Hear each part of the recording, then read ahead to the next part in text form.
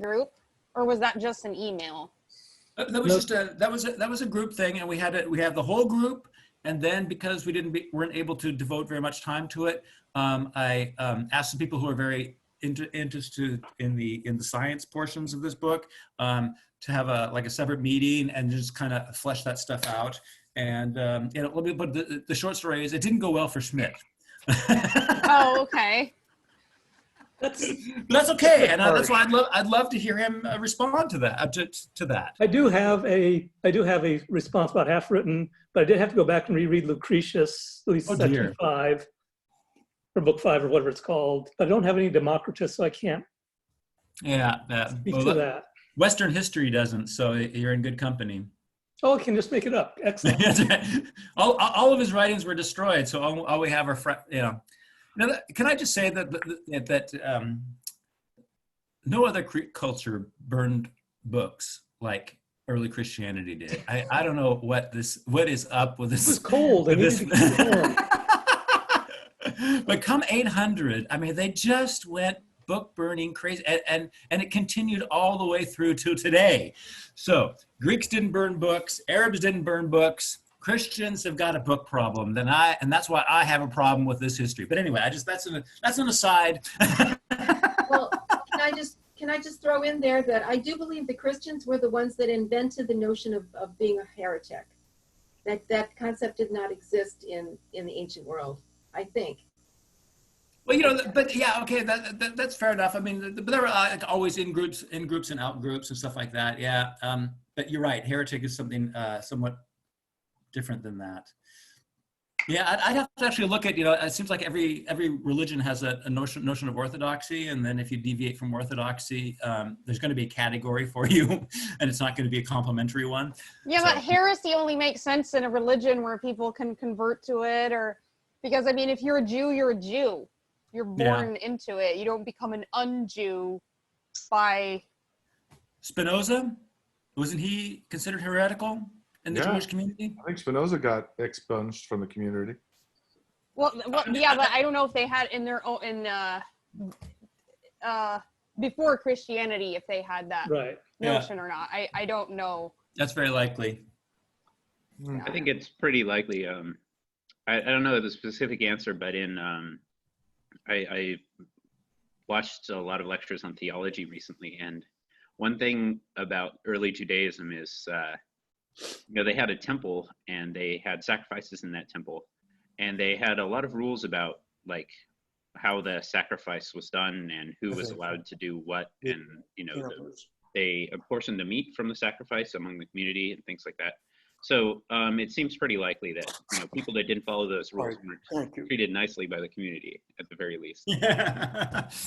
Yeah. Well, I mean, Jesus was put to death for being a blasphemous Jew, but he was still not the same. Blasphemy is not the same thing as heresy. I guess that's what I'm saying. God chose the Jews. They didn't choose to be Jews. You can't unilaterally unchoose yourself from God. I mean. At that time, you could basically write like a fake history. You knew all these historical events that happened, and then you would write a book that pretended to be hundreds of years older than it actually was, that supposedly predicted all of these events. And then you put some events at the end that you want to happen, like a rebellion or something like that. And Jesus actually fit into this tradition of apocalyptic prophecy. And the main purpose of this was to create rebellions. So him and his followers were probably planning some kind of rebellion against Rome, and that's why he was put to death. All right. So thank you for the theology lesson, guys. I'm just pissed off about all the great ancient Greek texts that are no more because of a certain... Well, if they wouldn't have been burned by the Christians, they just would have rotted by moderns who would have neglected them and... Well, no. They would have received them and then misinterpreted them. I mean, think about all the movies. Think about all the great silent movies that we don't have because people thought it was shit and they just let it rot in a vault somewhere. Or think about medieval illuminated manuscripts. They used to wrap meat up in them because they thought it was junk. So it's common for people to be stupid. I guess. I know. But But we do have still many manuscripts. So they didn't ruin everything, but they did ruin some destroy some very, very important things. But anyway, so that was I'm just venting an emotion that I feel almost every day when I read about these missing manuscripts. But yeah, okay, cool. I also mourn all the beautiful bronzes from Greece that were melted down in the Middle Ages by the Christians.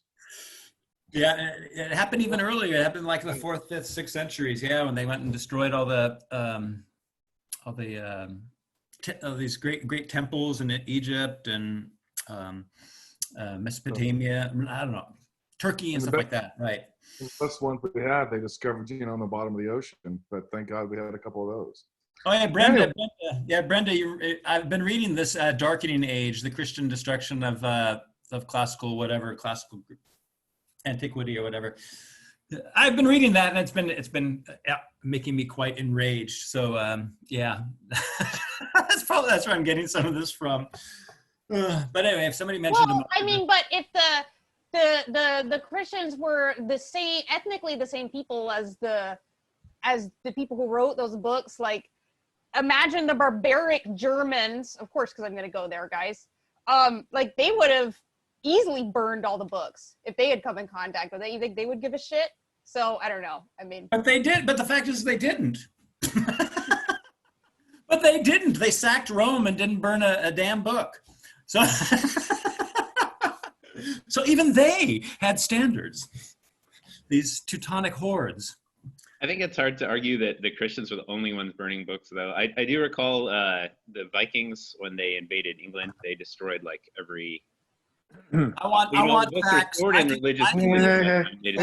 people, slow I down. can give you lots of facts and on this false equivalency bullshit. I'm not going to put up with it until I see some facts. Hey, we got a Schmidt.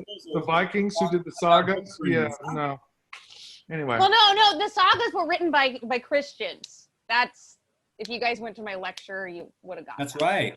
Page 530. Only this group fights battles that are 2,500 years old. And loses. Well, that's not really true. I just read that book, The Badass Librarians of Timbuktu. And, What a great title. yeah, it was a great book too. It was all about a young Timbuktu, right in the 1990s, was still a city of a lot of small universities. And there were universities sometimes in private homes. And it was just, I don't know how many there were, but there were small libraries in all these private homes that contained copies of the Quran from maybe the 5th, 6th, right up to the 10th, 11th centuries. And there were all kinds of other valuable manuscripts. And a boy that grew up in one of these houses, his father was termed a professor, and he gave private lessons and all these various in Islam and Jewish learning and all that. This was in the, this was in the early 2000s in Malawi. Timbuktu is right north of, I can't think of the capital city name now, but ISIS was threatening the whole area. And they knew that they could take parts of Malawi because Malawi was just so weak. They had very little government, very little military. And so this young man recognized the value of all this. And he convinced people after a while. Most people would not even talk to him about the manuscripts that they had in their home. A lot of them had them buried out behind their little places they were living in, and they had been buried there for centuries. That they wouldn't even talk to him because they didn't trust him.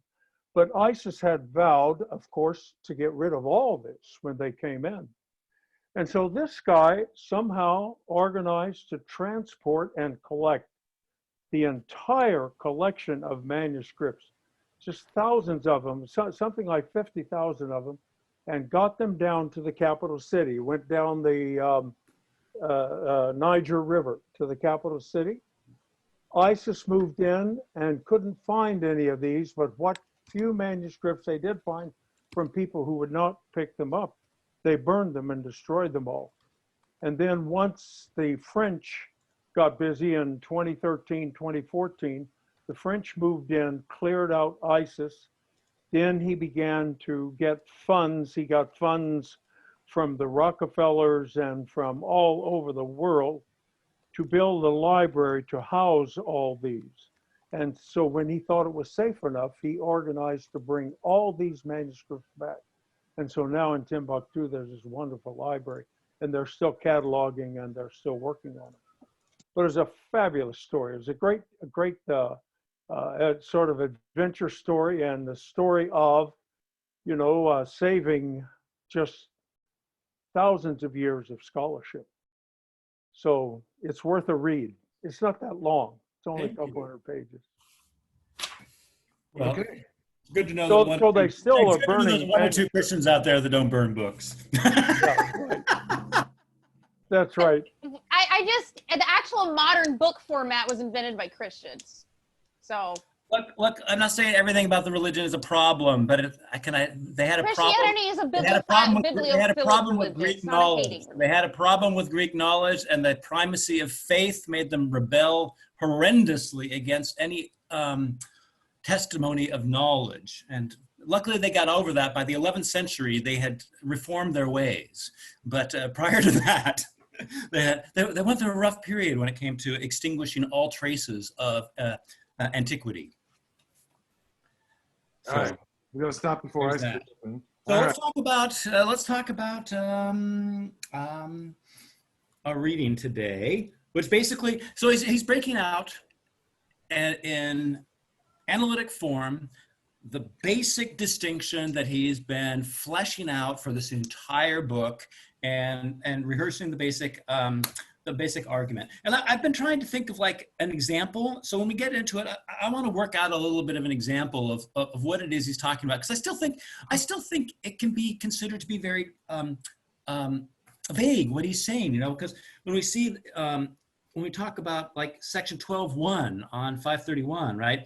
Thought orients itself toward the unity of the object versus thought orients itself towards a rationally distinguishable unity, right? what the hell is he talking about? What is a rationally distinguishable unity, and how is that different from the unity of the object, et cetera, et cetera, et cetera? And part of it is just, it's really, really hard to translate some of the German expressions he uses here. Like this rationally distinguishable unity is just Sacheinheit, right?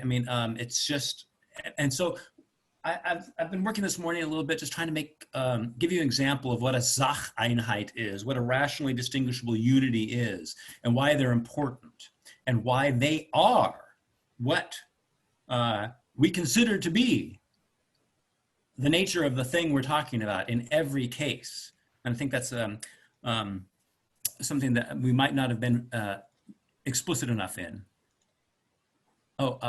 Let me see. So yeah, so let's, so Mike, I see in the chat room, you want to go over all the different representations.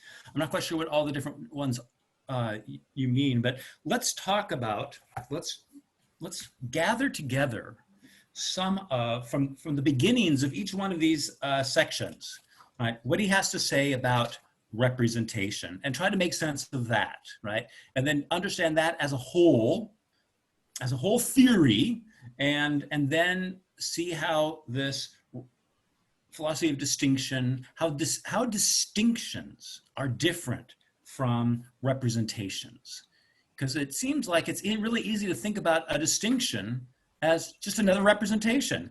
I distinguish red from green, and it's a representation. I make the distinction, right? No big deal. It's still a representation. Where's the big difference that Schmidt's trying to tutor us in? Yeah, so let's work on that today. And I personally don't think we're going to get through this whole section today, which means we have the opportunity to meet on it again next week. But we'll see how things go. So so before we jump in, are there any general questions about procedure or what I just said that you want to answer before we jump in? What was the German word we're using for representation? Pardon me? There was a German word that is being translated to representation. Yeah, there's three German words, three separate German words that all melt into representation in the English, and we're just going to have to figure out why and figure out whether there's some nuance that's being missed by virtue of the translator doing that. But you're very right. All right. So the first thing I wanted to point out is this whole use of the word object, right, is already fraught with difficulty, right? I see a bunny hopping across the field and I think, well, my object of sight, that's the bunny, right? And the bunny, I only know is there because I see it. And so I see an object. And that's how common sense deploys the term object. That's not how Schmidt is using the word object. So we always have to be cognizant of that. So in the very first, I'd like to just read through the very first paragraph and pay particular attention on how object is being used in there. And it is slightly hidden because of the translation, which is why I want to bring it out and offer an alternative translation to it. So if somebody wouldn't mind reading the very first paragraph on 530. I'll read. Awesome. Thank you. I would like, finally, to recapitulate some of the most important distinguishing features of a philosophy of representation and of a philosophy of discrimination. The concepts philosophy of representation and philosophy of discrimination, which I suggested as a characterization of the two differing attitudes of thought, are perhaps still in need of a brief elucidation.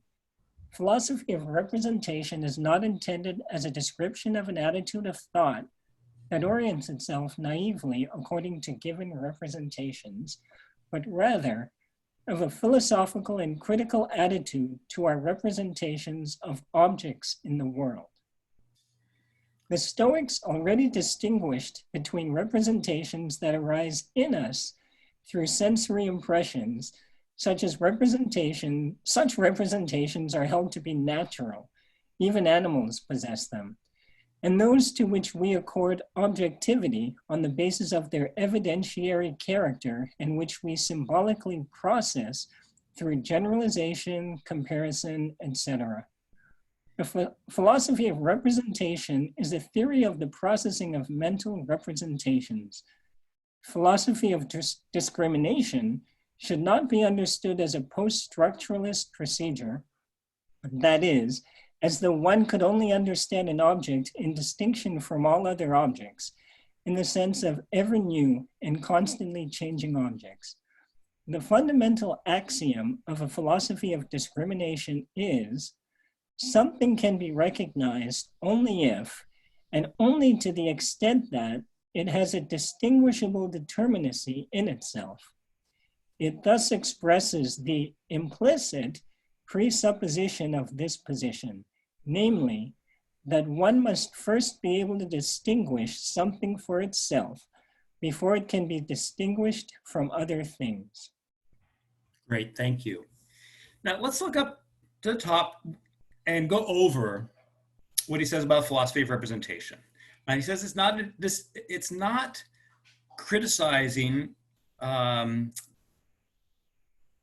people for staring at their representations. And we sometimes presented it that way just to make a polemical point, right? But he says it's not intended as a description of an attitude of thought that orients itself naively according to given representations, okay? So it's not that I believe that everything that I see is real and the way I see it is the way it really is. That would be naive. That's like what philosophers call naive realism. It's just there and it is there as I see it or as I feel it or as I touch it. And its reality is exactly as it appears. So naive realism is the identity of what something really is with how it appears. Okay, that's not what he's talking about. He's going after something that is specifically modern, a philosophical and critical attitude to our representations of objects in the world. Okay, so we're not just like believing everything our senses tell us. Oh, take care, Sandy. Oh, you're not gone yet. Okay, never mind. Right. So it's not that we believe everything our senses tell us, but we have a, as of Descartes, we have a certain reflexivity about our knowing processes. Okay. And it's that move, right? It's the kind of reflection that is the object of Schmidt's ire. And he distinguishes it with the kind of reflection that the Greeks already practiced. And one of the things that's important to hear, one of the things that's important is that early moderns accused the Greeks of not having any reflective basis to their philosophy. And Schmidt's answers has been giving us all sorts of reflections of thought on itself that the Greeks actually did perform. And so reflexivity isn't the problem. It's what they reflect on and how they reflect on it. That's the problem. And that's where it's a very fine line. But once you grasp the fine line, then these two worlds open up as being radically distinct, the modern and the ancient. But unless you find that fine line, they seem like they're all kind of melding into one. So hold on a second, I have to close my door.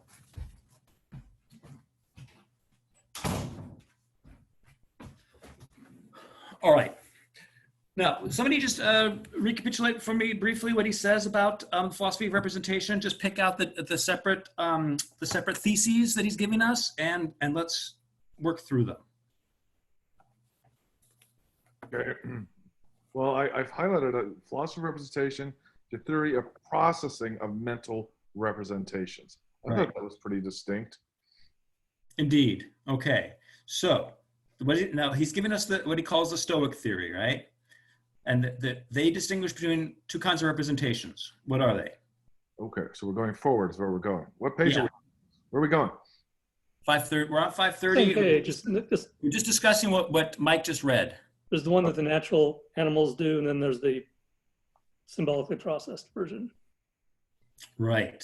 All right. So let's talk about those for a little bit. All right. Representations that arise in us, so they happen to us. We're passive. Right? They happen to us. They're impressions, sensory impressions, and they're held to be natural. And in being affected by something else and in being impressed by that something else, we are like the animals, right? And we can cash this out, that we're in an environment and the environment stimulates our nerve endings and blah, blah, blah, blah. But obviously, and this is very important, when we come to know the thing that causes those stimulated nerve endings, we are not studying the impressions, we're not studying the irritated nerve endings, right? So these sensory impressions are physical events, and in their physicality, we share them with the animals, according to the Stoics. Okay, and these are representations that are merely physical events. They're natural. Okay, now there are these physical events, and they give rise to representations through sensory impressions. So there's something in us that is affected by something else and gives rise to representations. Now, this whole process is natural, and that's why we say that animals perceive, animals sense their environment and all the rest, just like we do. Okay, and then, but I just want to say one more thing. But this is already kind of weird, right? This whole idea that the stimulated nerve endings gives rise to representations, right? And then, what happens? Those representations get represented. Higher level representation. We think them, we process them, we create images of them and analyze them through these images, okay? Those to which we accord objectivity on the basis of their evidentiary character and which we symbolically process through generalization, comparison, etc. A theory of representation is a theory of the processing of mental representations. Okay, what I wanted to get at here is this whole notion of we accord objectivity. Right? The German is Gegenstandsrelevanz. So relevance to an object, to being an object. Why is that important? Because our senses alone and the representations that arise from the stimulated nerve endings, these representations have no element in them that tells us whether they're an illusion or not. All right? So in a dream, the candle I dream of, right, is not the image that I have of the candle doesn't refer to an object. It's not object relevant. It is pure. It is pure representation. It's a representation that is not caused by any object that corresponds to it. So in a dream, all the images that we have in a dream are not object relevant because we do not know more about what a candle is by inspecting the representation of a candle in our dream. Okay? May I ask you a question? Is everybody clear about that distinction first? Yeah, and please do, yeah. Mm-hmm. So how about the fact that we dream of candles or apples or lions or houses? We dream of those based on our experience of seeing those objects. Yeah, that's fine. That's true. Well,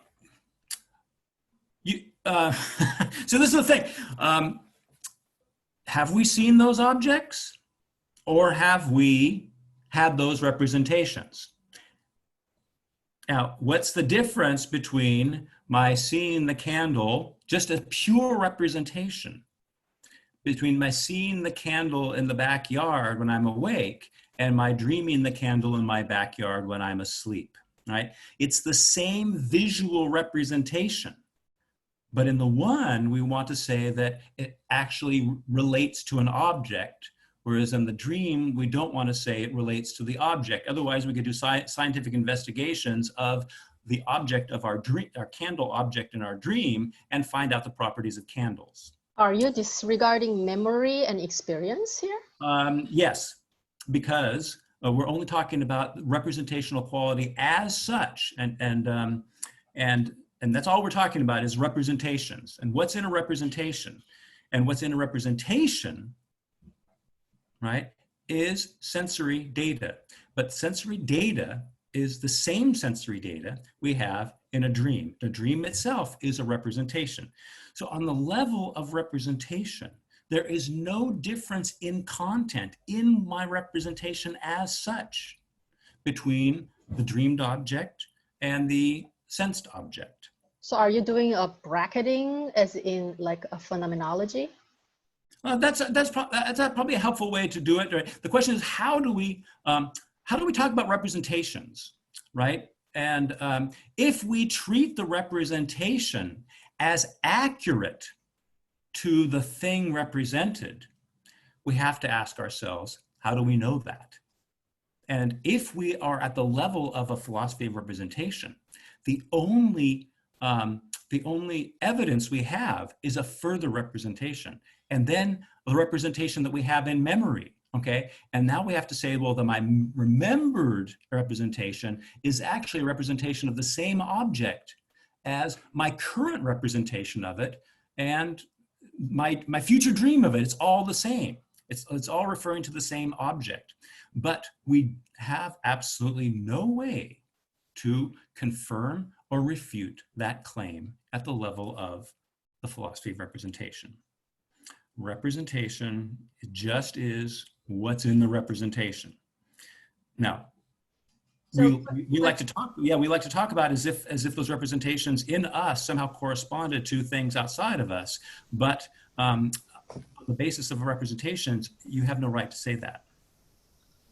So we're always concerned about the correspondence of our representation to the object, right? That's our big problem in representation.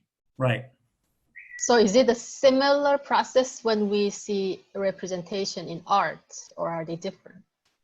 Oh, I think it's very similar, yeah. Please, anybody else answer if you want. Yeah, I wanted to point out something from David Hume.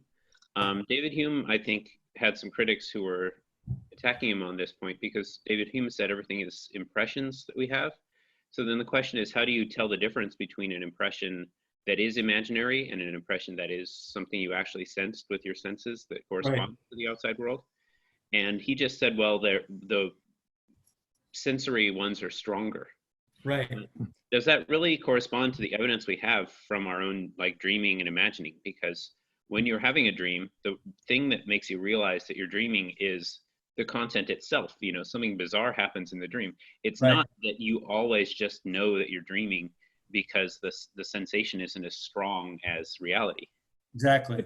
Is this basically the problem we always have with an empirical viewpoint of things, is that the truth is outside our mind and our grasp? We're trying to always connect up our images of it with something we have no criterion beyond the image we have. And we can never bridge that gap. Whereas the Greek way is going to be, well, the thing that makes it an object is inside the mind already. I think, yeah, I mean, I'm trying to parse how, if the philosophy of representation and the philosophy of discernment, are they very similar up into a certain point as far as like articulating how experience works, and then it's just a matter of understanding, well, there either is a direct object of knowledge or there isn't, or Well, there is a way of articulating truth or there isn't. On page 533 at the bottom, he says, one finds a reflection of thought on itself in both basic approaches.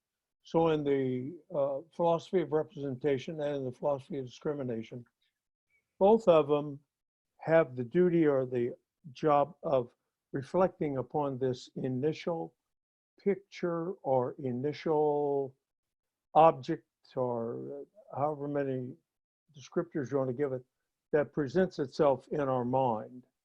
We both of them reflect on that, and that is the I guess you could say the material that the mind works on then, and that reflection works on.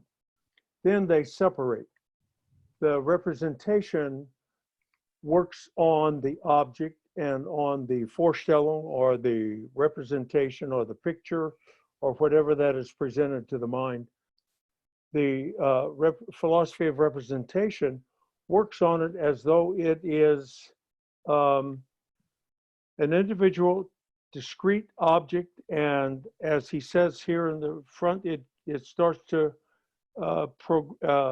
compare and to remember and to place it in with all other discrete objects that it has. But then the philosophy of discrimination goes at it in a much different way. And the philosophy of discrimination takes that object or that image that we have in our mind, and it presents itself as the formal object of our intellect, of our rationality. And our rationality then, knowing the universal and knowing unity, beauty, and knowing all these various forms of Plato, using that included, and using what Aristotle talked about as the formal object of our rationality, using that as the object of our rationality, we give the representation a form, and we place it in a category. We finally, our minds, if you follow the rationality part, our minds finally are able to distinguish this from all other objects within its class, within its within its form where it fits. It distinguishes them all and puts them in a proper relationship between all. And the rational mind looks at it as a universal and not the discrete object. At least that's my understanding of it. It's It's like in the philosophy of discrimination, you already have to have the discrimination before you can create your mental object. And so you're taking these categories you already have, big, small, green, blue, whatever, and building them up. You're building your mental object, not your representational object, but your mental object up out of these concepts you already have. Whereas in the philosophy of representation point of view, you're mining the image to see what pops out of it. Yeah. Sort of the ideas come after the image rather than before the image. Go ahead, whoever's going to speak, go ahead. One of the things I think that this discussion was really good, and one of the things that I think I got was that empiricism or representationalism is unity is out there. I have to look at that the cup on the table, that's a unity I have to represent and try to understand. Whereas discrimination is unity comes from my conception, my concepts. And that so unity comes from my mind, not from outside. What do you think of that, Peter? Michael? Okay, so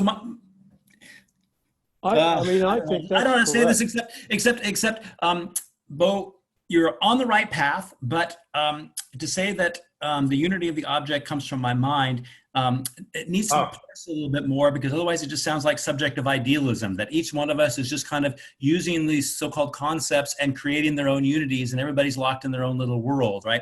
That's solipsism. Okay, so through making distinctions, I refine a conceptual unity by intellection. Is that better? Yes, but of course the mystery word is intellection, and that's actually a very, very interesting thing that I hope we get into, if not today, then next time. But yes, so yes, it's correct to think that the representational model considers whatever appears to it as being an objective unity already. And so all thought needs to do is take that objective unity apart into its various components, and then understand how it all fits together, right? And analyzes it. Compare, contrast. Yeah. It tries to understand the law of its unity, right? And then it builds it back up together, and then we understand better what the thing is once we understand how to construct it, right? That's the representational model. So Michael, in essence, do you think unity and itemizing, dividing representation, so basically unity versus representation, they are in essence same thing? Because you cannot distinguish, or you cannot itemize, or you cannot represent items or singular things unless you perceive the whole first. I don't know. I mean, no, that's the representational model, and that's what this book has been criticizing. So yeah, did that very nicely. Welcome to the entire book. Yeah, no, that's excellent, right? And I'm just going to go for the short story, right? What makes a thing one is not it's not its location in space and time, which a perception gives us, and but what makes the thing one is it's what he calls the ergon, or the work, what its function. The way in the unity of a thing is the way in which all of the parts contribute to what that thing does, right? And the function of a thing is something that we neither impose on it nor can read off of our perceptions. It has an epistemologically more challenging status that we're trying to get at with this whole philosophy of distinctions. So the unity of the thing is not, well, I can separate off this green color from that brown color, and then call the green thing leaf and the brown thing bark, right? But I have to understand the functional unity of a leaf to distinguish this green thing, and have to understand the functional unity of the bark to distinguish it from that brown thing, because sometimes brown things and green things go together, and sometimes they're separate. And the question is, when do they go together, and when do they separate? And the colors don't tell us anything. The sounds don't tell us how to make those distinctions. The functional unity that only a mind, not a brain, a mind can grasp. Is it? That is what the philosophy of distinction is trying to point us at, and point us to begin to flesh that out. Is this getting back to sort of that? I think there's maybe an assumption that everybody thinks that every time you have an object of perception, you must thereby have a equally determinate object of thought. And I don't think that's true. And that was that example of the Spaniard and the native standing looking at the ship coming in. Go ahead. Not everybody knows it, so go ahead and flesh that out, please. So the conceit was there's the Spaniard who's they're conquering the New World, and there's a native standing there watching a ship, a Spanish galleon, come into the cove. Mm-hmm. The Spaniard says, "Oh, that's a Spanish galleon," and probably knows whose it is, knows all the things, knows what's going on with that thing. The native doesn't know what this thing is. This is the first time he's ever seen one of these things. Visually, their animal level perception is identical. Right. They have all that data, but the being or what the native can make of this thing is something strange on the water, rather than this is a ship that's going to come and disgorge all stuff and take all the gold home, and all these sort of things that we can know about it. So you can have the distinction available to that intellection is that, and all those distinctions don't come from the objects, from the data in the image, in the perceptual image. Right. They come from the concepts and everything that we bring to it. Yeah, I think there are two the way I think of this is that representation and discrimination approach the object or the image in a very different way. What discrimination does is it determines what genuinely belongs to what, in what way, and representation wants to find what that image corresponds to. Right. And so that's why representation ends up with this problem of how do we verify the image's correspondence to something, whereas discrimination goes about it in an entirely different way, where you can have distinguishing features. You can have one of the things that is very helpful in the philosophy of discrimination would be do these things necessarily or accidentally go together? Because things can occur in the same image without necessarily belonging together. Yep. Human beings that are white. Human beings that are white. He uses that example. Yes. White is accidental. So maybe this is a good opportunity, I don't know, to flesh out this example. What I really want to show everybody is that what we think the thing is the criterion we use to discriminate it, and not the perceptual, not what perception gives us. Perception gives us colors and sounds and all the rest of it, but no set of colors and no set of sounds and no set of conjunction of colors and sounds allows us to divide the world up the way we divide the world up. So something else has to happen, something else has to come along, and indeed, there's something else that comes along can't be an imposition from the outside, but in other words, rearranging things for its own practical purposes. That's not what the mind does. Right? The mind grasps the intelligible unity of things, and that intelligible unity is the function that they have, so what the mind does is reflecting on itself.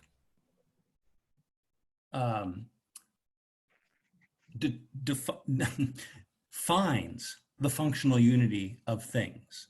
It doesn't find the functional unity of things by staring at its sensory inputs. So you say reflecting on itself, and I'm sorry to bring it again. I can't help but to bring again the experience. So what do you mean by reflecting on itself? Mind is doing that, and I can only, think of it as a reflecting on its own experience. What else is there other than memory and experience? Okay. Yeah, no, that's an excellent question. Okay, so let's just run through this, what I have here, and maybe it helps, maybe it doesn't, but I'd like to try. Part of the problem is when we have these conversations, everybody grasps at something that they think they really know well and that is well-defined in their culture, like cups or doors or books or something like that.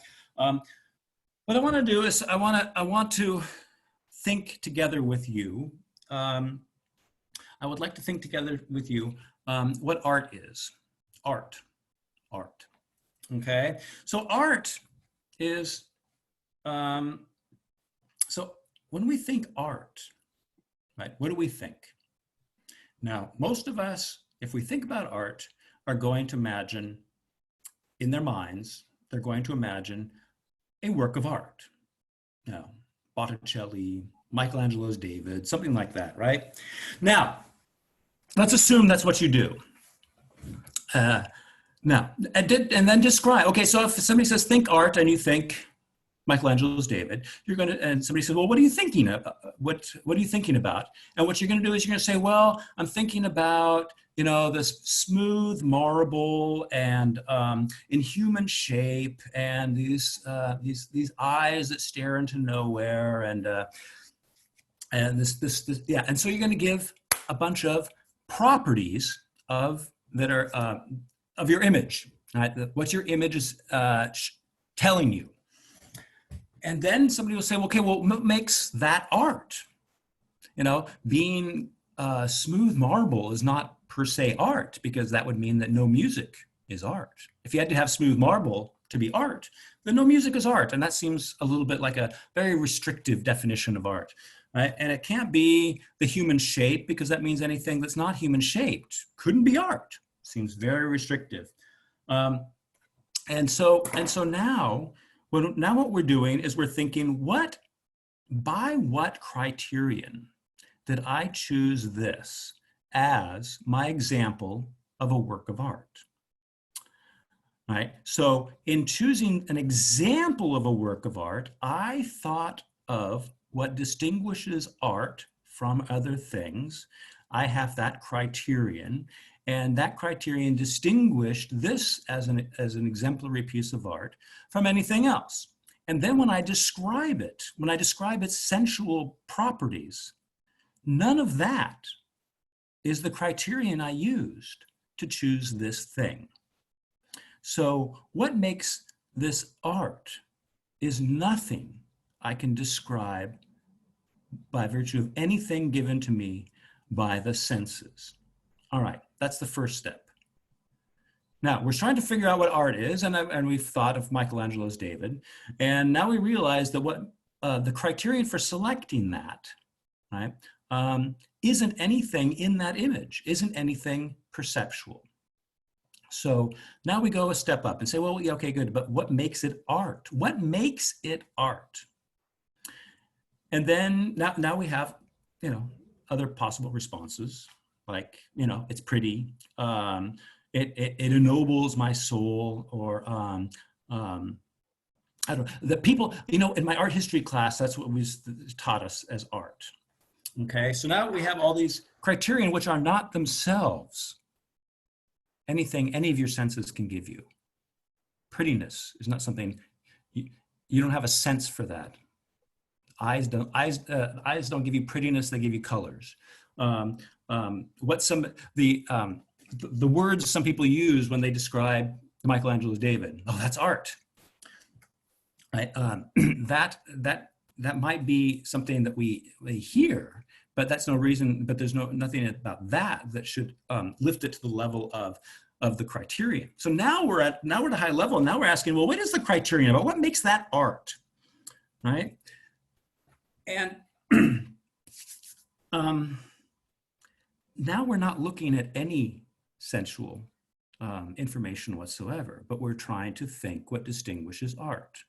Right? And then if we say, well, it's pretty, then we have a problem with that, because prettiness is, so to speak, in the eye of the beholder. And what we want to now understand is, what is the criterion of art? What makes art art? Right? And now we might say, well, art is something that's produced by an activity. And that's getting close to the Greek sense, right? Art is anything that's produced by an activity. And so if it's not produced by an activity, it's not art. And so things falling apart by virtue of gravity or something is not art, because that's not that's not produced by an activity. Although perhaps a blossom on a flower is produced by an activity, and so therefore can be considered art. And certainly manufacturing or producing sculptures and musical symphonies and all the rest of it, these are all products of an activity. But now when we think about what we've done is we've distinguished at the criterial level how to distinguish art from something else without using anything our senses give us as the criterion itself. But now by trying to distinguish art from other things criterially, conceptually, and trying to work out the proper distinctions, right? Prettiness didn't hack it, but maybe production as an activity might hack it.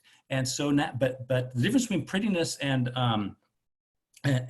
production by an activity is not anything given in any sense perception whatsoever. It is in a sense merely conceptual, but what we're trying to do is not impose a concept on it, but suggest a kind of unity that all things that are art have.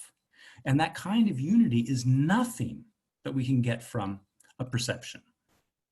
So if you think about, just trying to think, what is it to know art, to know what art is to think at the level of the conceptual level exclusively, and then work out the possibility space of those concepts and see if your criterion that actually picks out objects in the world for you that you can experience and then allows you to label them as art, whether that criterion is sufficient or not.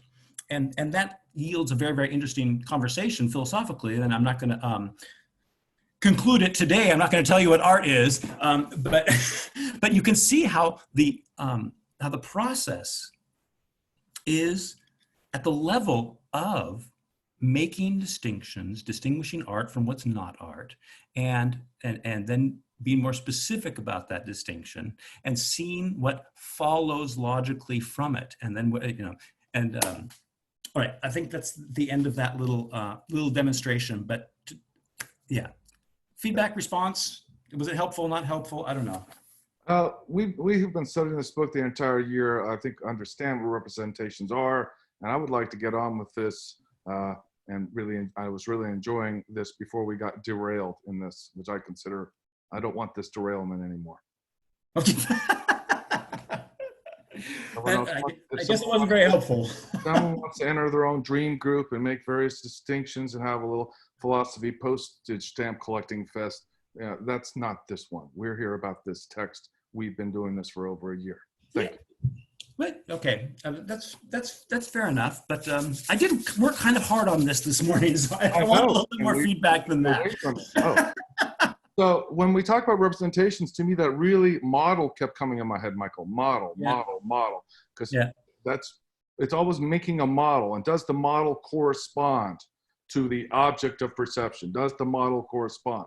That's what kept ringing in my mind when I was reading this last chapter. Right. And we think we still need to reemphasize that there's two objects on here, the object of sensation versus the object of knowledge. And I want to get rid of that first object. I think that's part of the problem. But yeah, you're right. You're totally right. No, but that's where the animals are stuck at with this image. And it's like, but we need to distinguish that we're not this object of knowledge is not just an annotated picture of what was presented to us.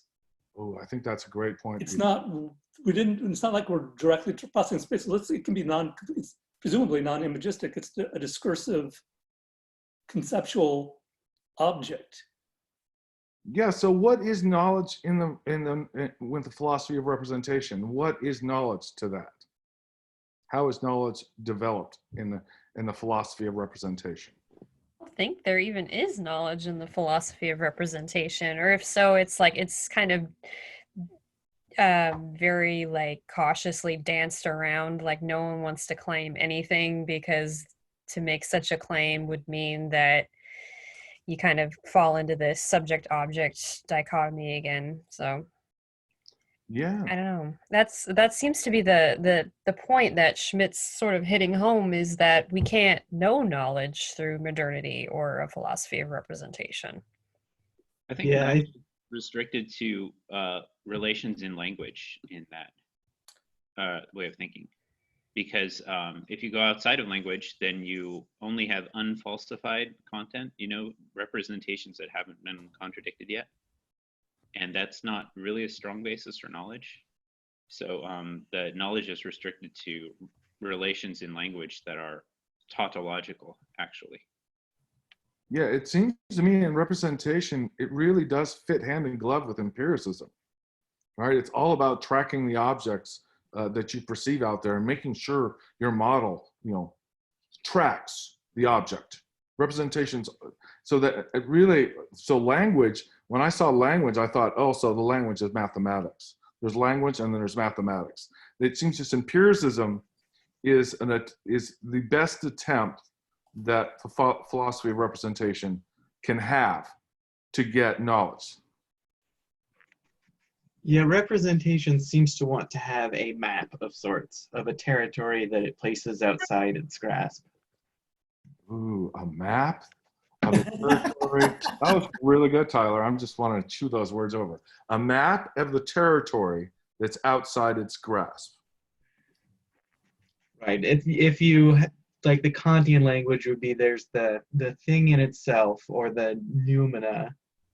And because of the mediated relationship of things impinging on our senses, what you know is how you're affected. And then you have that task of, how do I sort out the structure of that which affects me from having only the way that I'm affected?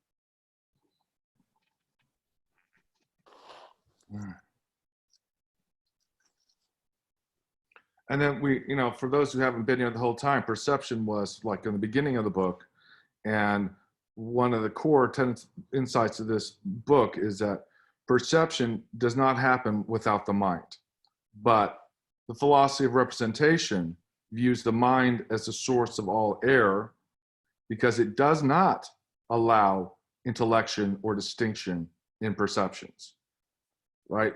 It's just a black box that kicks out the representation to us, right? Mm-hmm. Right. I mean, the idea is that perception gives us the object, experience gives us all there is to know.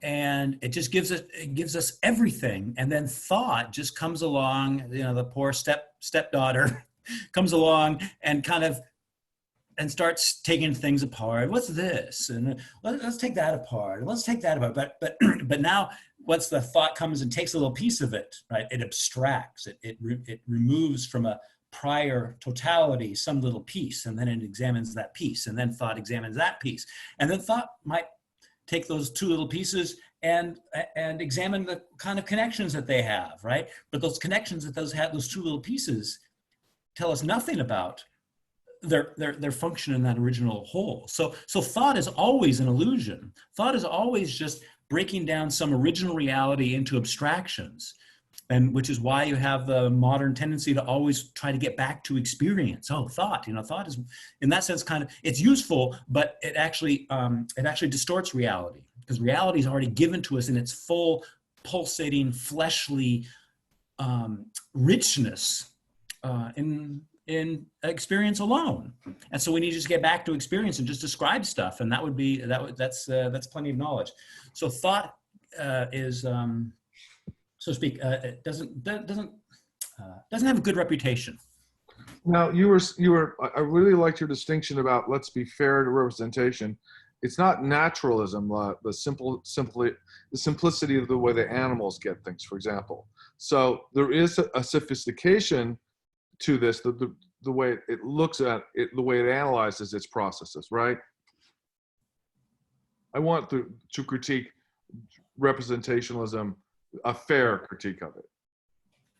Yeah. I mean, but the point is that representationalism just always lands you in skepticism, for the very simple point that you never know if the representations that you receive, whether they correspond to how things really are, or maybe that's just the way my organism arranges them, or that's just the way my brain arranges them, but my brain can't get beyond the brain to find out how things really are. So now reality is some kind of mysterious thing, and we're stuck in our little world of representations, be it because of our organic nature creates them, or our brain creates them, or something else, right? So now knowledge is completely and utterly meaningless. We have absolutely no idea what's real.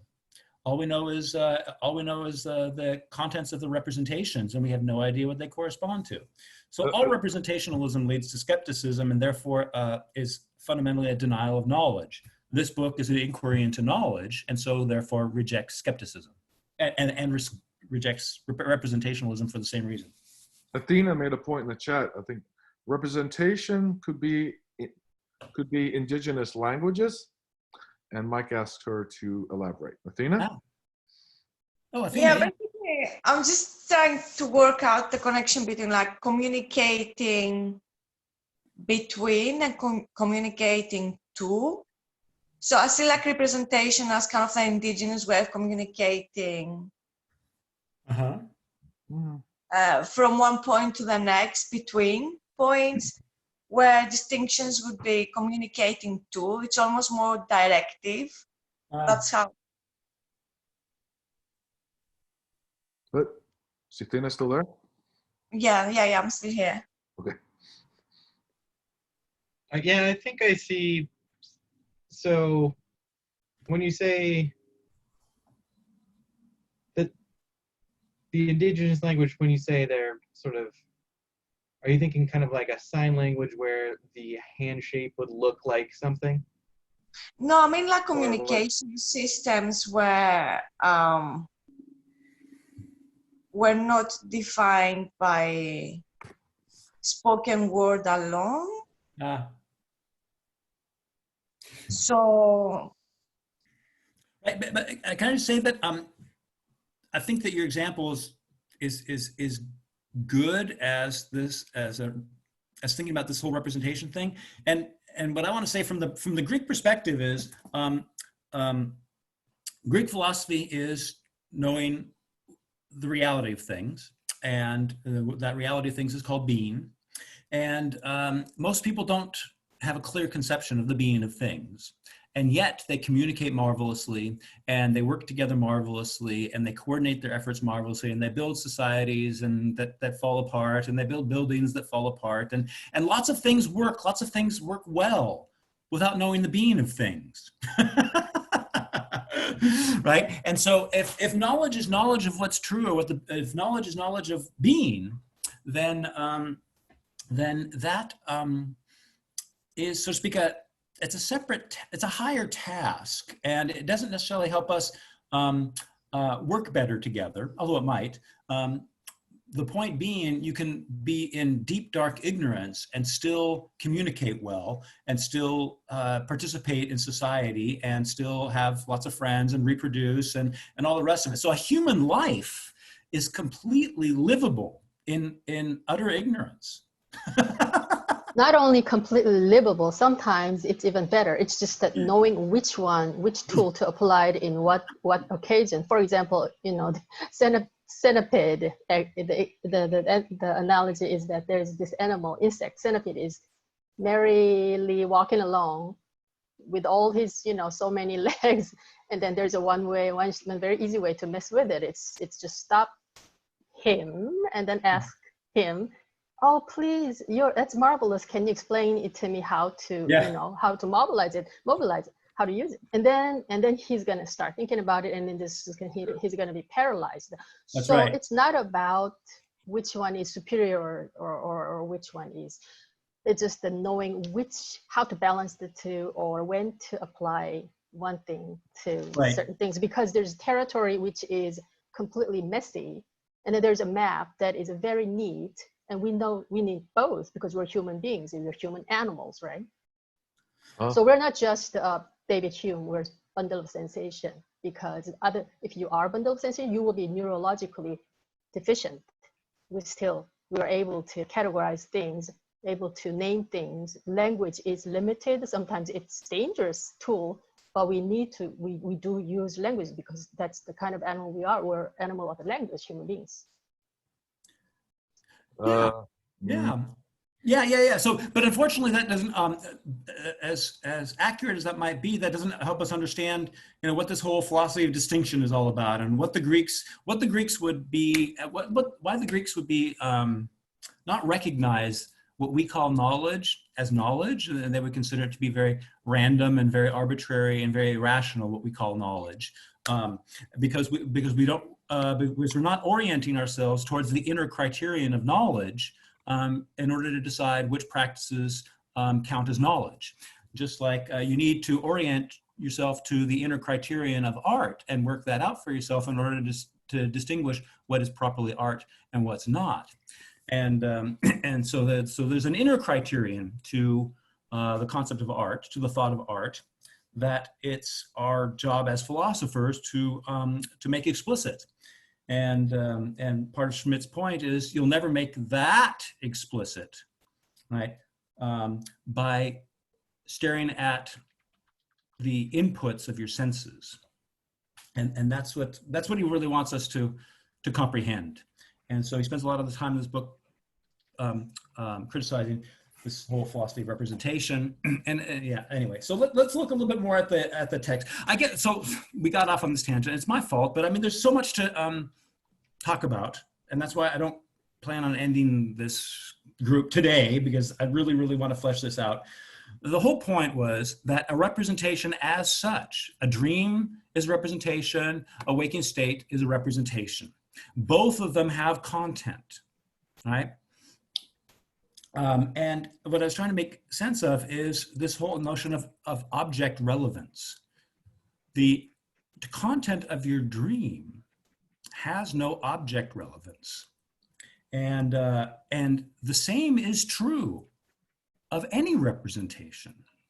The object relevance doesn't come from the contents of the representation. And so object relevance, object relevance, what truly corresponds to the contents of a representation, is not something that we can derive from the representation. It requires a different step. And that different step that Schmidt's proposing is we need the thought of the unity of something in order to distinguish it from anything else. So the thought of unity, which we don't get from perception, is the basis for discriminating well or poorly. So if I'm not concerned about the unity of the thing, I can discriminate however I want, and I end up getting a lot of useless distinctions. Or if I'm thinking about what makes something one, why do I call something a fence, right? It's because of the function that the wood and the shape of the wood and the color and all the rest of it has, the way in which the different properties combine into one function. That is something I grasp and I do not see. And it's trying to understand that. How is it possible to grasp, what's going on to grasp that as the unity of the thing? That we have to leave representation, the philosophy of representation. It doesn't help us with this question. And yet it is the question of, it's the only way to answer the question, what corresponds objectively to the contents of my representations?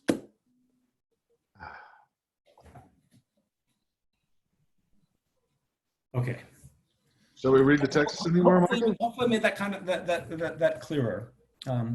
Yeah, so let's, I guess my original thought, but maybe it's a bad thought, was to go and grab from 3 or 4 of these little subsections what he has to say about representation, and use that as a composite picture of what he's been saying about representation. So we have there's a clear representation of representation.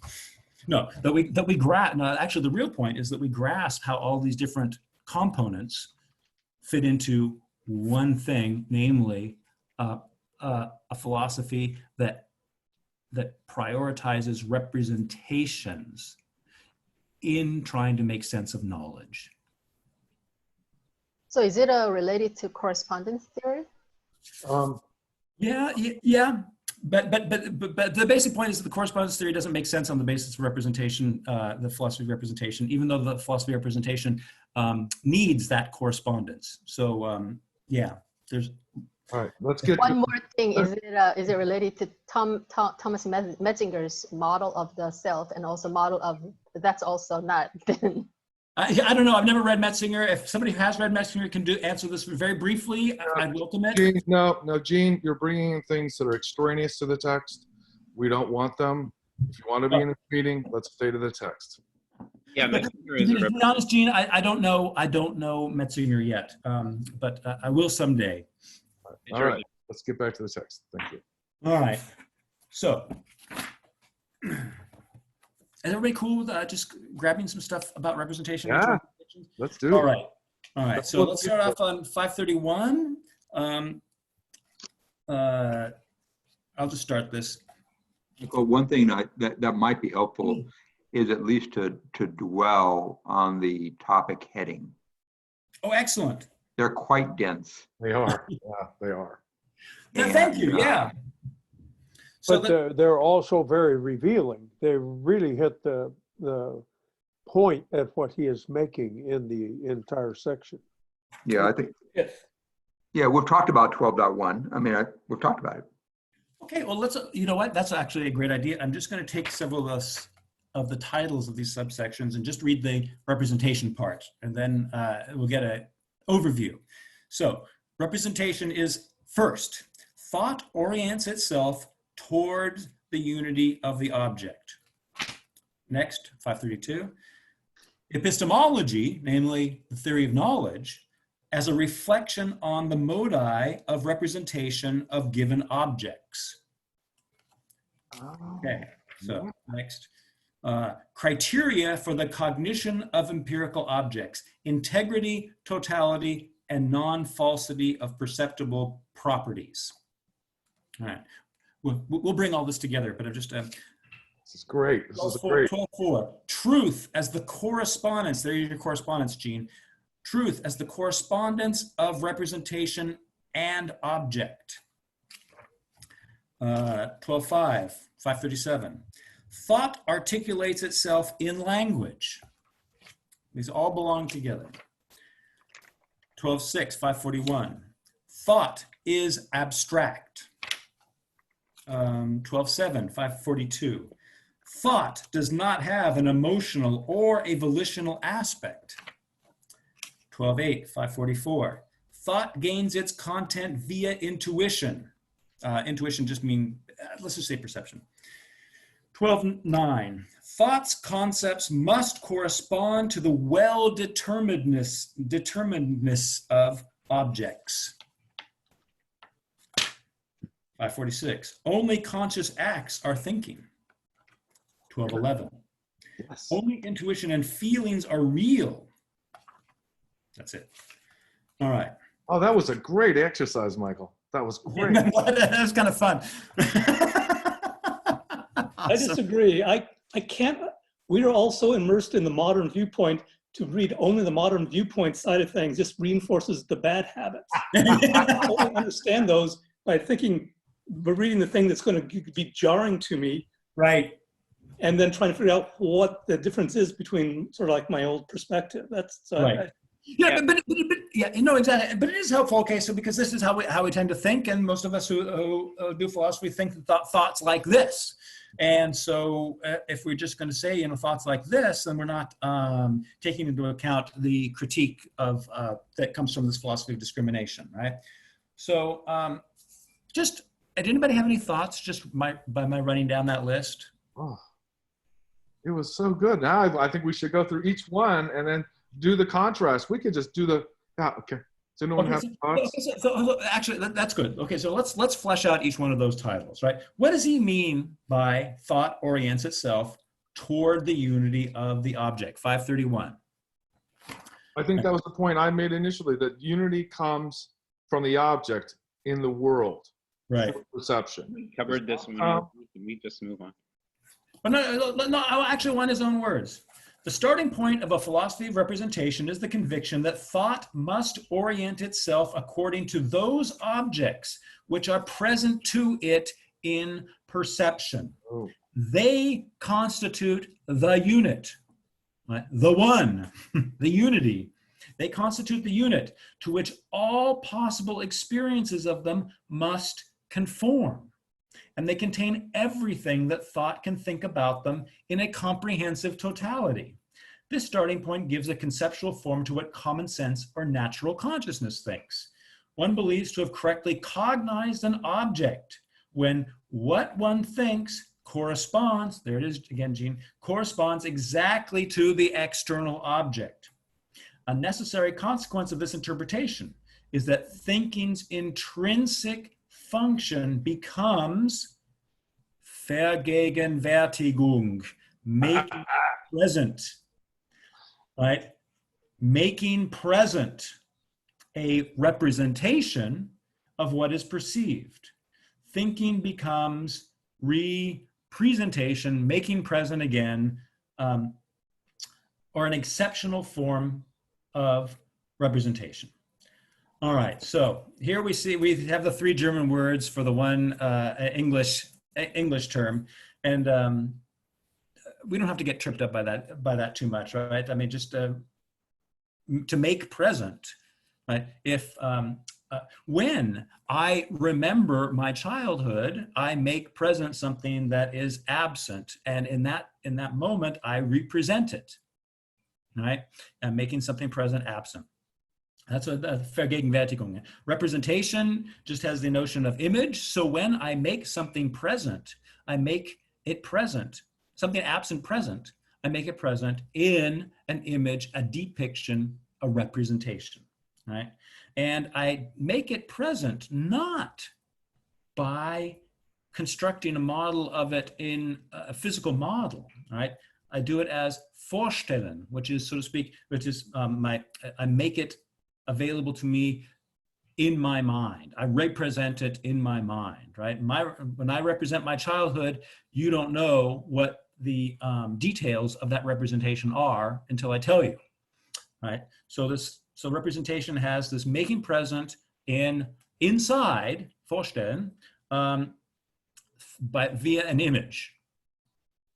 Right? And all of that goes together in the one process of representation. So in a sense, there's no critique of it here. He's just laying it out. Go ahead, Tyler. In a sense, there's a world around the mind, and the world affects the mind, and then the mind makes images of it in order to know it somehow. Right. So when you've used the word image in the past, Michael, that's a big word you're using, right? That really means something. Oh yeah, yeah. And feel free to bring out whatever you think it means. I don't want to do the whole song and dance right now, but yeah. But you're right. The big point is it is always bringing up the epistemological skepticism thing, right? Does the image correspond to the object? Well, how do I know? Well, the only way to find out is to make another image of it. Well, then does that one correspond to the object? I don't know. Maybe I need another image, and we get into the infinite regress. We never know. And that's the problem of this whole model, this representational model. Not to mention that we never know if my image corresponds to your image, corresponds to the object that we're supposed to represent. That's right. And getting to then Athena's point, we can communicate and we can agree that more or less we're talking about the same thing, but we can never know. Basically, we can get our practices to harmonize and dovetail with one another without ever knowing whether your representation of my childhood corresponds in its details to my representation of my childhood. But for practical, pragmatic purposes, if we need that for a project or something like that, we can agree to some basic details and then run with it. We do not have to know if either of us are correct. Whether it's really from my childhood or whether I'm imagining it or projecting it, and you don't need to know that either. So for practical purposes, we can always not worry about whether we're dealing with the being of something or not. And that's what makes this so seductive, is we can just forget being and instead gain power over things without knowing what they really are. And that's the seduction of representationalism. It's a way of thinking about things that gives you power. So yeah, down below he mentioned hermeneutics, and I detected a critique of hermeneutics in there. Oh yeah. Oh yeah, you bet. Yeah. Okay. Good. So are there any questions about this first representation of representation that he gives us in this? Right. What does it mean that the thought orients itself towards the unity of the object? Right. The object is a totality. Everything there is to know is given in perception, and there is nothing else to know but what's given in perception. Right? And what's given in perception is a totality, and any totality is a unity. And so the unity is already given with the colors and the sounds and the tactile feelings and all the rest of it. All right, and that's what common sense believes. But you know, Aristotle has a very interesting point. When you know a rock, the rock doesn't wander into your head. So whatever makes a rock is not, you know, the rock doesn't come into your mind. Something else does, and you know it. Anyway, yeah. Secondly, epistemology as a reflection on the modi of representation of given objects. Okay, so now we're heading up now I'm going to say not what is known, but how to think about what is known. Epistemology, the second level, meta level stuff now. Somebody else want to read it so that somebody else's voice is heard besides mine? Just starting from 12.2? Yeah, I can do that. Awesome, thanks. Representation receives its content from an act of sensation, perception, feeling, or intuition that precedes its own activity. Its function lies in clarifying and processing what is given to it. The reflection on the way representation clarifies the object that is given it through analysis and recombination according to its own laws constitutes the real task of a critical epistemology. All right, cool. Do we need the next paragraph? Okay. I'm asking, do we need it? Oh. Or is that enough? Okay. We should talk about modi. That's a Okay, new yeah, go word. ahead. Okay, go ahead. Thank you. Thank you, Philip. Keep reading, please. The fact that one either does not find or only incidentally finds such a reflection in philosophies of discrimination on the modi of how a plurality of sensory data can be turned into an object in the unity of consciousness is the reason why these approaches are held to be epistemologically naive. This fact is thus one of the most important reasons why modernity fundamentally distinguishes itself from ancient thinking. In contrast, from the perspective of a philosophy of discrimination, objects are not immediately given.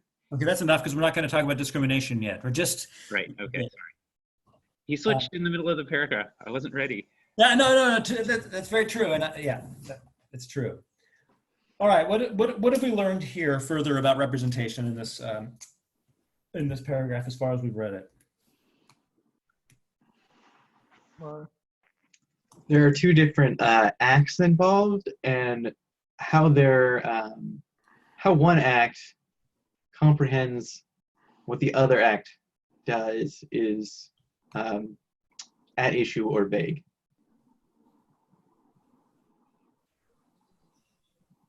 So one act is the receptive act, and one act is the active act, so to speak. Yep. Where do you see that in the text? He moved the thing. I can't see it again. Look. It's gonna scroll up. Like that? Is that good, or the other way? Wherever we just went, where are we?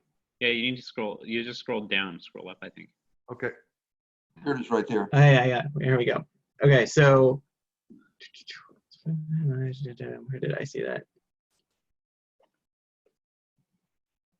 Tell me where, and I'll highlight it, Tyler. I think you actually do have to scroll down.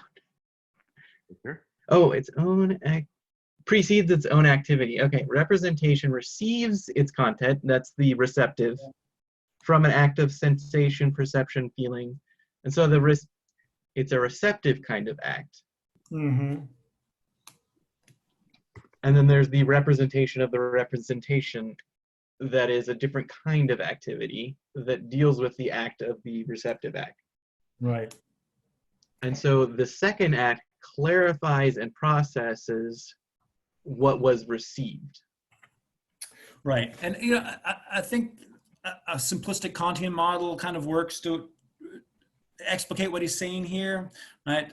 Intuition, which is his broad term for perception, is that by which we're receptive, and we receive a bunch of stimuli, but the stimuli are not organized. And so Kant has this theory of categories, that there are certain forms of thought that you need to apply to this disorganized sensory chaos in order that you can, in order that there be something to know, right? We have to organize them in quantity and quality, and one thing causing another thing, and something staying the same in time, and something else not staying the same and changing through time, right? So these are categories that they don't come to us from the they don't come from us as stimuli, right? Because if they came from stimuli, they'd just be part of the whole chaotic picture. But so to speak, the great modern achievement is understanding how knowledge is possible, and it's not possible just by sensory reception. Otherwise, animals would be scientists and artists and politicians and moral thinkers as well, because they do that. No, there's something else going on. We have the categories that that organize. And so now we've reflected on two modi of representation, right? There's the intuition, the way it's represented in intuition, namely in space and time, but there's also this other cognitive level, what's given in space and time, first modus, is organized according to the categories, second modus, so that we now we don't have a disordered chaos, but we have an organized world. And that's a product of the categories, and in that world now we can have natural scientific theories. We can have Newton, but we can't have Newton on the basis of just animal receptivity. There's got to be an organized world, and it's got to be a world organized conceptually in order that we can know it conceptually. So if we just use that Kantian model, I think that we can understand what he means by modern epistemology as reflection on the modi of representation of given objects: intuition, thought. Two kinds of representation in Kant. Anyone want to say anything else to that paragraph? In the chat, we've got Christopher asking for a strong example of a specific Stoic representation. I would think that pretty much an image of anything would be an example of what representational theory would consider a representation, just any image. So the book on my desk, for example,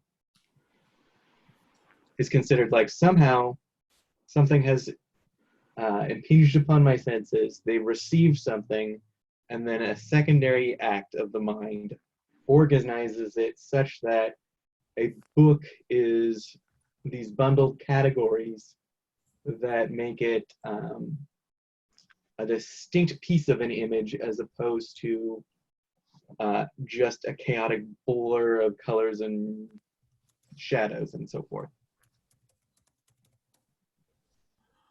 Okay, cool. So I understand that this format is not working for everybody, so let's just stop at those two characterizations of representation and go back and talk about how the philosophy of discrimination is different with respect to those 2 points, okay?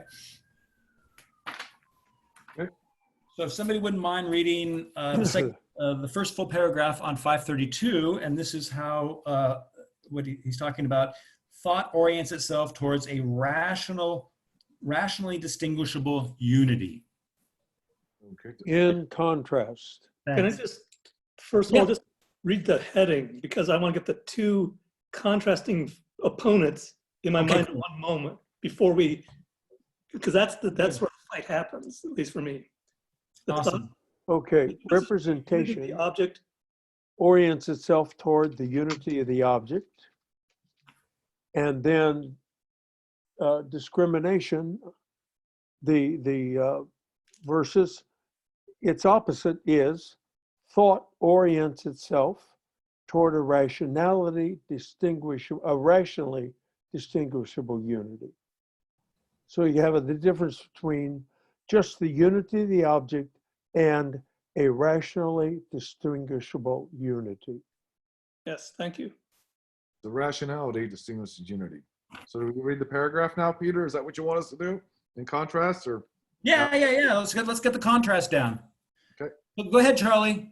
Read that paragraph. In contrast, the starting point for a philosophy of discrimination is a reflection of thought on the conditions of performing its own activity.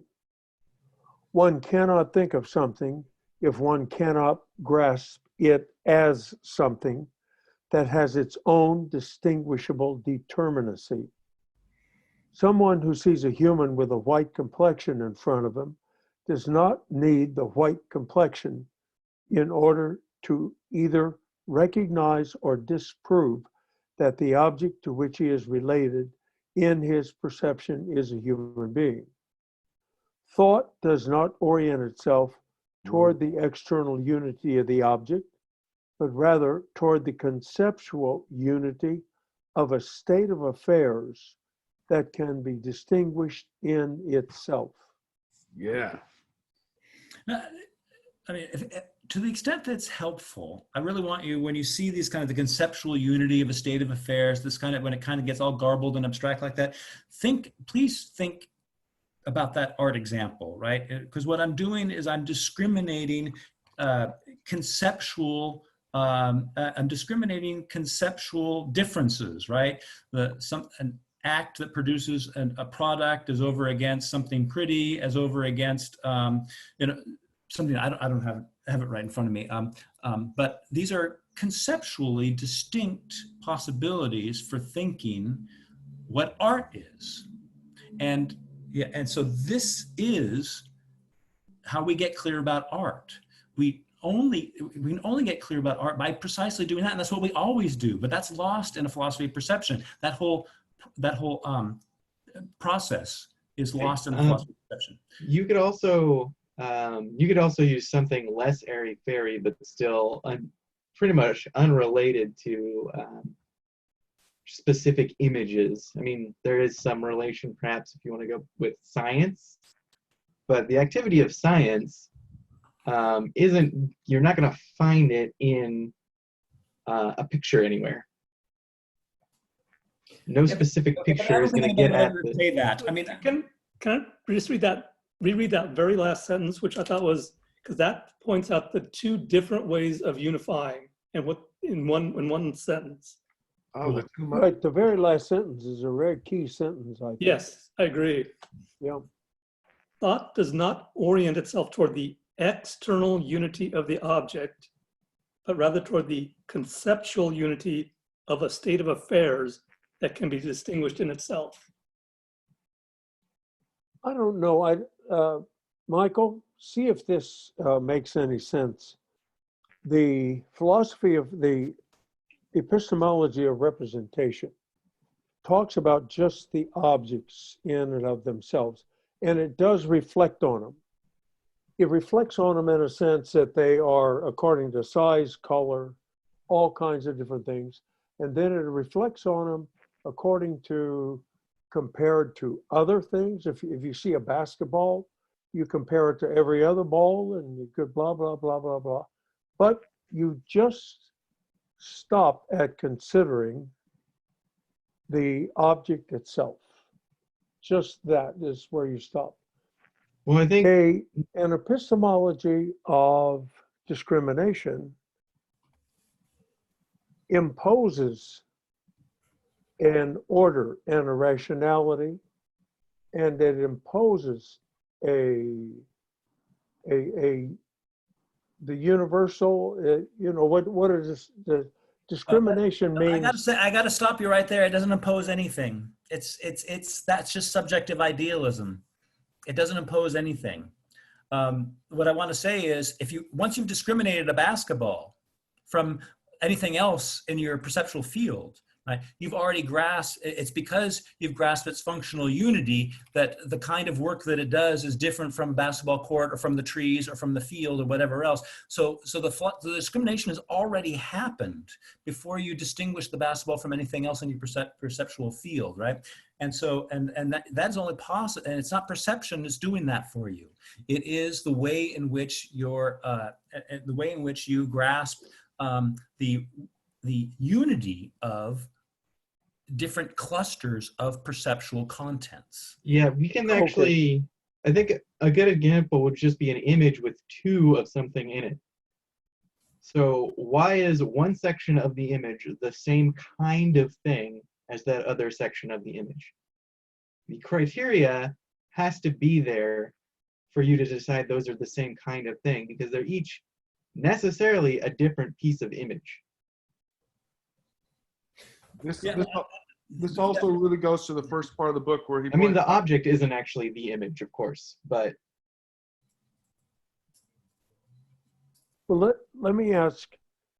So then, what the perception of the basketball as an object in representative philosophy, in the philosophy of representation, how do you, I think the critical question is how do you conceive of the basketball or any object as a unity of a state of affairs? How does that basketball or that human being or whatever it might be that you have conceived, that you have already discriminated all the processes and you described it, what's the difference between seeing that as a state of affairs and the other as just the object in itself? So the state of affairs would be regarding the function of the basketball. We know that basketballs are for playing a game. They have a the functional unity is why two different collections of matter can serve the same function of being a basketball. The reason we consider that primarily in the work or in the function or. Yes. Right, because any perception gives you a bunch of data that do not exhibit any necessary relation amongst each other. And so the question is, what does red and striped and bouncy and rubber and all, but what is it that is the unity of these perceptual data, right? And it's not the perceptual unity. Yeah, exactly. So what makes this one thing? You know, why does it not? Why? I mean, if we always find them on basketball courts, why are they just not an accident of basketball courts or something like that, right? How do we make these distinctions, such as what belongs to what, based on perceptual criteria alone? There's no way to understand why certain sets of things, a certain color, a certain set of other properties belong together. And so we need, in addition, to grasp the way in which they belong together. And the way in which they belong together is not in any perception. And that's what we're calling the grasp of the ergon, or the function of the thing.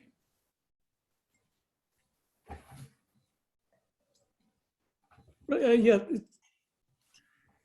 Somebody from Roman times walking into the auto repair shop is not going to grasp what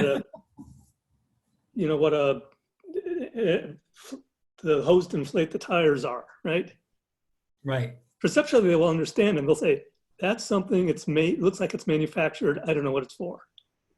So so when we say we grasp it as an air hose filler, the Roman can't do that. Right.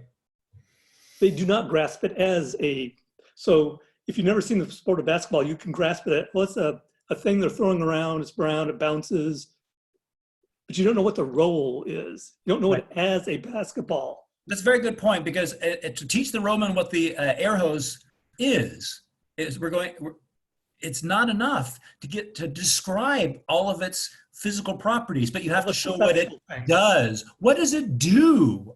Functional unity.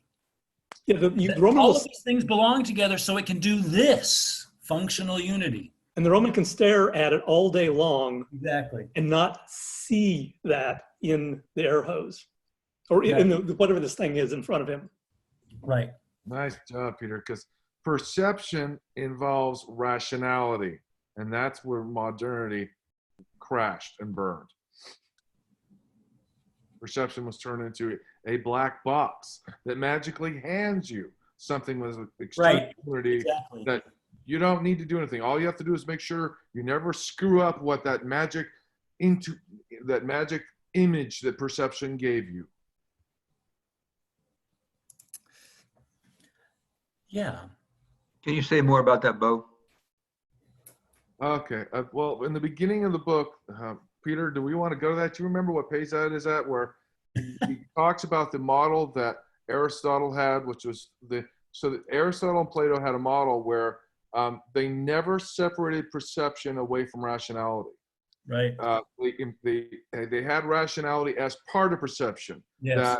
And this is what this Roman example is really showing. That this great example Peter's got is that, and so, but in the medieval times, Duns Scotus and another guy, William of Ockham.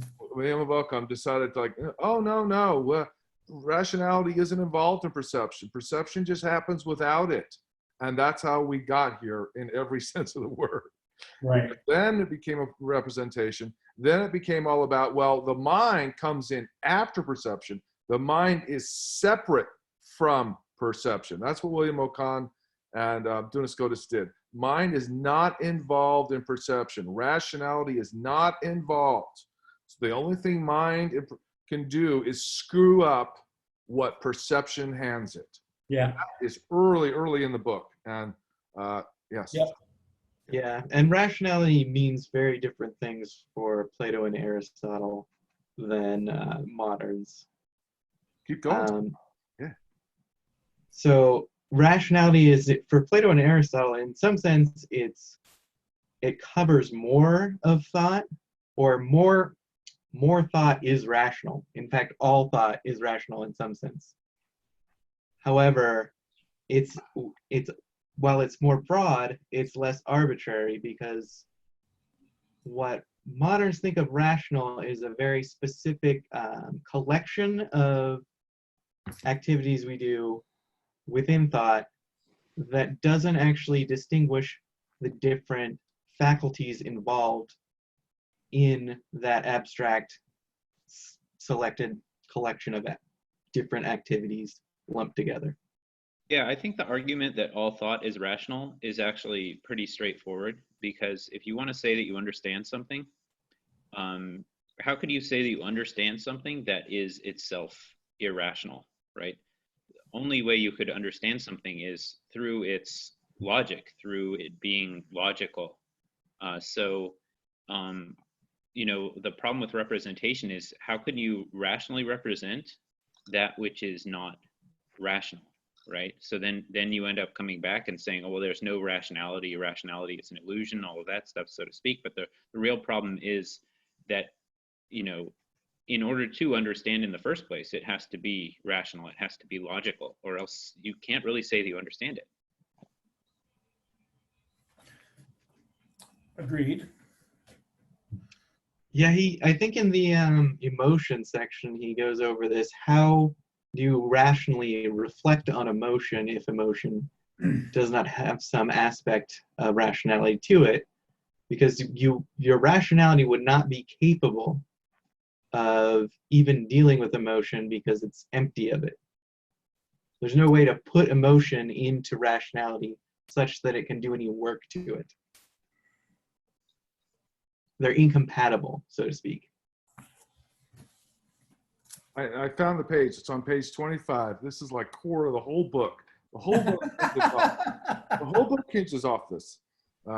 So anyway, this is fun. I'm really enjoying this rehash of everything. This is really good.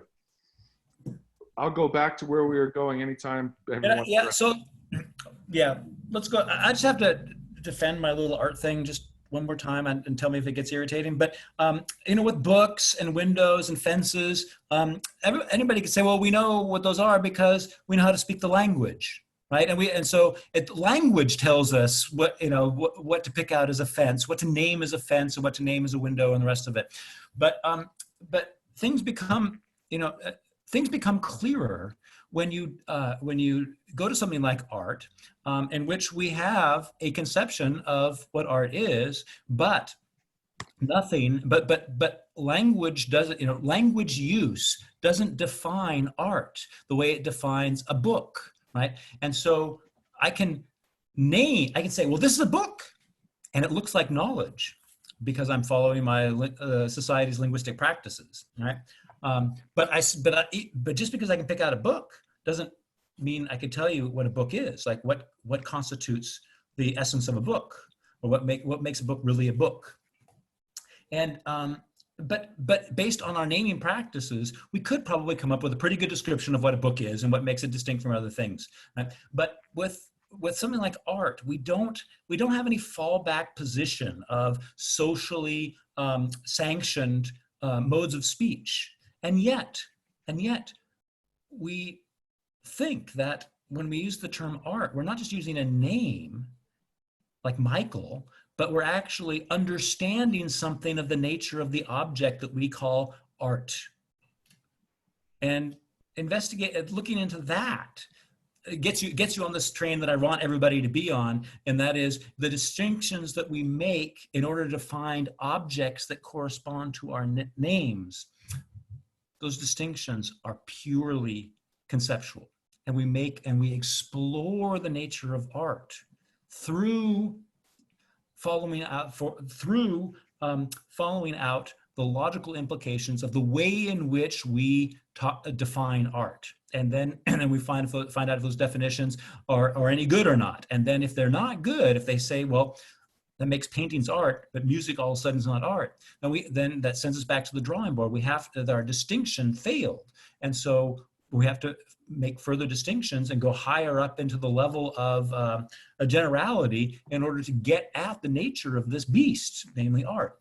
And that's not something you generally have to do with books and coffee cups and stuff like that. So that's why those kinds of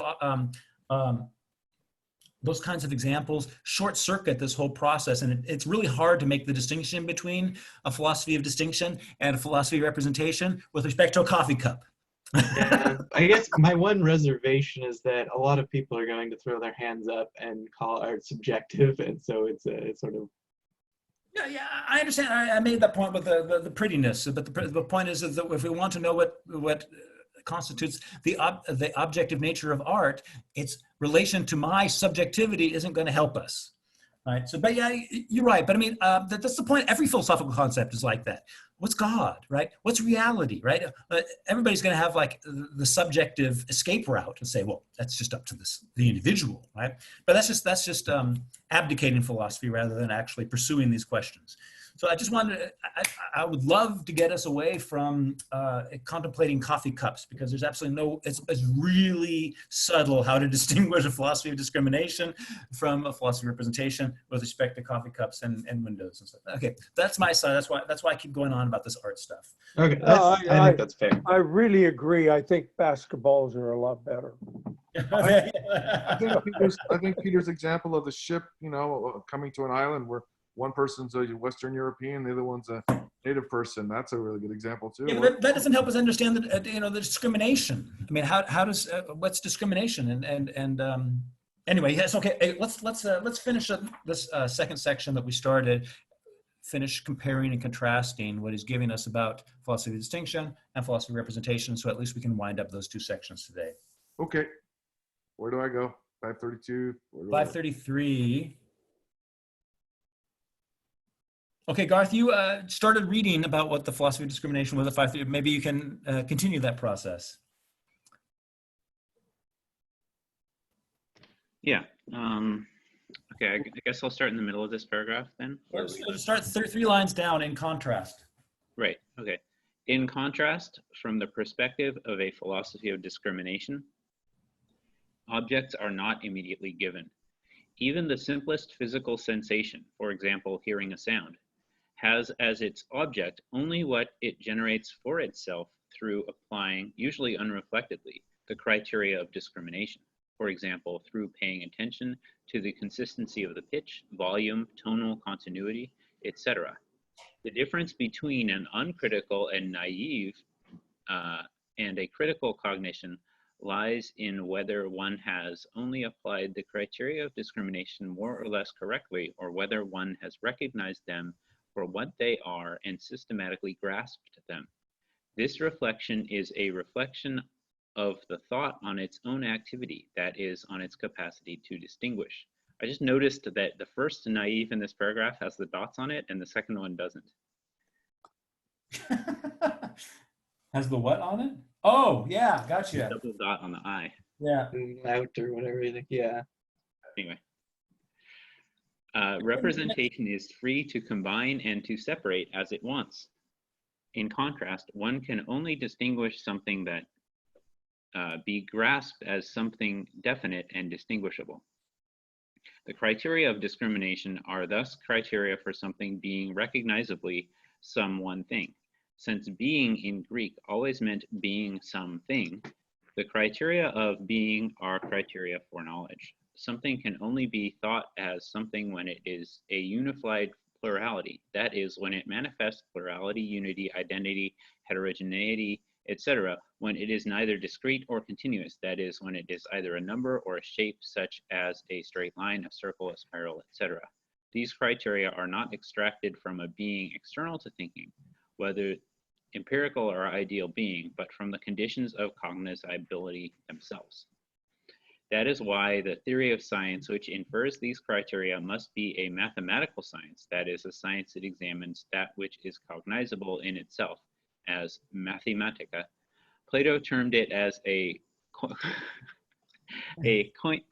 mathematikae episteme, communis mathematica scientia, and it was thought as part of the system of liberal arts. My apologies for... Oh, you did great. I would be far worse than you. Go ahead. Hey, go ahead and just finish this up. That's several paragraphs. One more paragraph here, I guess. Last paragraph, go for it. Thus, the widespread thesis that modern philosophy as a philosophy of the subject stands in contrast to ancient philosophy as a philosophy of being may not be interpreted to mean that ancient philosophy is only oriented towards being as something external and as something that is given to thought, whereas modernity reflects on thought itself. One finds a reflection of thought on itself in both basic approaches. The difference, rather, has to do with whether thought is understood as a reflection on the modi of consciousness or of representation or reflection on the criteria that thought employs in performing its fundamental activity, namely discrimination. That sentence, it's syntactically all messed up, right? But the question is whether thought is understood as a reflection on the modi of consciousness or representation on the one hand, or that consciousness and representation are synonyms, or on the other hand, as a reflection on the criteria that thought employs in performing its fundamental activity, namely discrimination. Right? He's just railing against the philosophy 101 interpretation of Plato, where you have these transcendental forms and blah, blah, blah. I think that's what this paragraph... They're worse than transcendental, they're transcendent. Transcendent, oh, okay. That's a comment that we had to clarify many times. All right, so what's the distinction here that he's after? Peter already dropped out. He was the one. Yeah. Making us. Oh, Peter's gone. Oh, darn. All right, but we can still do this without Peter. So what's the fundamental contrast he's drawing? Let's read the title again. Epistemology. So he's talking about. Michael, we're at 5. We're at 5 p.m. Okay. Oh, that's right. Some people have another group after this. Yeah, and plus I don't want Peter to miss any of this. He's been here from day one. All righty, then we are winding it up today, and we will summarize the distinction in 12.2, and then proceed. Since it does get a little bit repetitive, he's going to make these distinctions over and over again. hopefully we'll be able to get through a little bit more next time. The thing I really want to discuss in this section is when he says that consciousness is an epiphenomenon of thought. I really want to get at how he makes that conclusion and whether people agree or not. Can you show me where that is? Well, what page? It's at the very end, the last section. Okay. I think he's getting at the various preconditions for what people consider themselves conscious of is already acts of thought. Right. So consciousness is always representation. But thought is not always representation, and so thought is prior to consciousness. So I mean, we'll explore the details, but that's kind of how you have to see what he's after there, I think. Oh, and I can't wait till he mentions hermeneutics, and that was really fascinating to me, Michael. I want to talk about that. We can free reign right now. I mean, it's over. It's fine to go talk about something we want to, something else like what. I have a question about that. On page 533.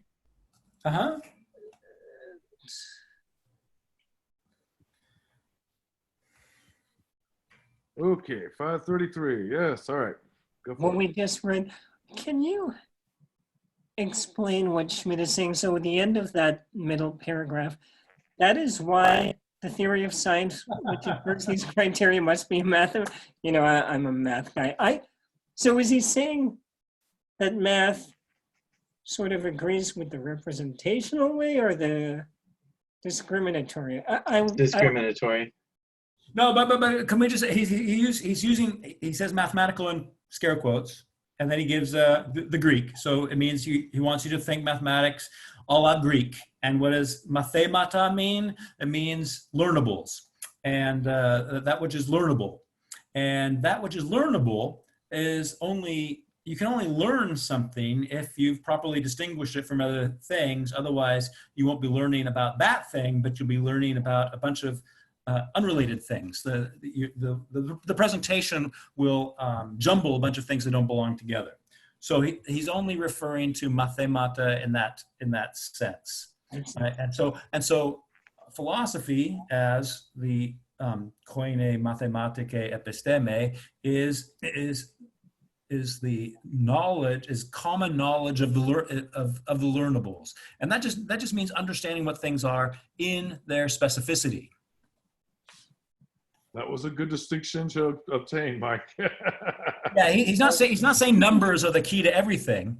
I mean, unless you go really Platonic, and because he says, that ultimately the ultimate number is the soul. I mean, soul is number. So, and I don't think that's what mathematicians mean when they talk about number. So, and what of course he means by that is that which is most one through itself, that which has that which only has those properties that